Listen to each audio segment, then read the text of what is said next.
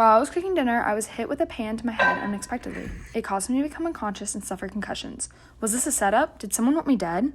The crime was located at my apartment. The suspects that the police interviewed were my roommates Sarah Grace, Ashley, Maddie Ann, and my mother, who was visiting at the time.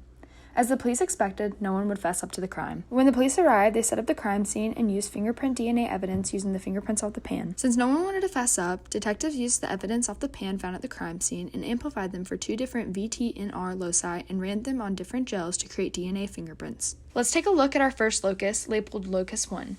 It displays 2 alleles from each of the suspects, including the evidence since human are diploids. We can first validate the gels by comparing the victim and her mother, who is biological to her. There should be 1 inherited allele from each locus. As we can see here, the victim lines up with the mother. So this is consistent, showing that the mother and her child are related.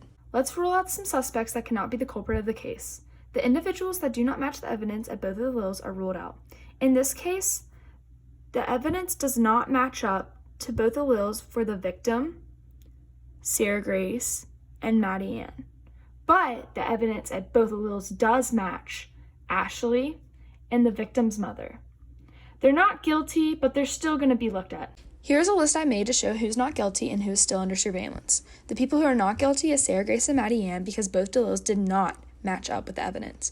But Paula, the victim's mother, and Ashley are still under surveillance because both alleles did match up with the evidence, and they are both guilty until proven otherwise. Let's look at Locus 2.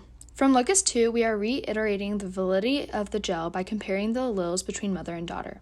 Like with the first locus, let's see if the mother and daughter have an allele in common. From here, the victim and the victim's mother, we do see that there is 1 allele that is in common, so this is consistent. As we look at Locus 2, we are seeing that some of the suspects that were found not guilty from Locus 1 are starting to match up with the evidence. A good example is this as Maddie Ann, as she is matching up with the evidence. But since she did not match up with the locus in Locus 1, we still are declaring her not guilty. The only way to be found guilty is if the culprit matches both loci.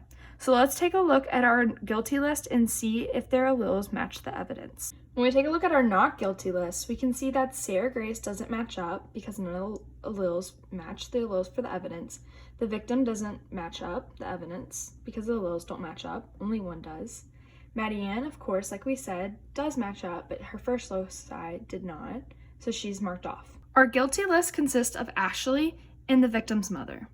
From the evidence, we see that the victim's mother does not match, so she's not guilty. But if we look at Ashley, the evidence does match up with her. So Ashley is our culprit. My roommate Ashley sadly was the culprit, and she won't be living here anymore.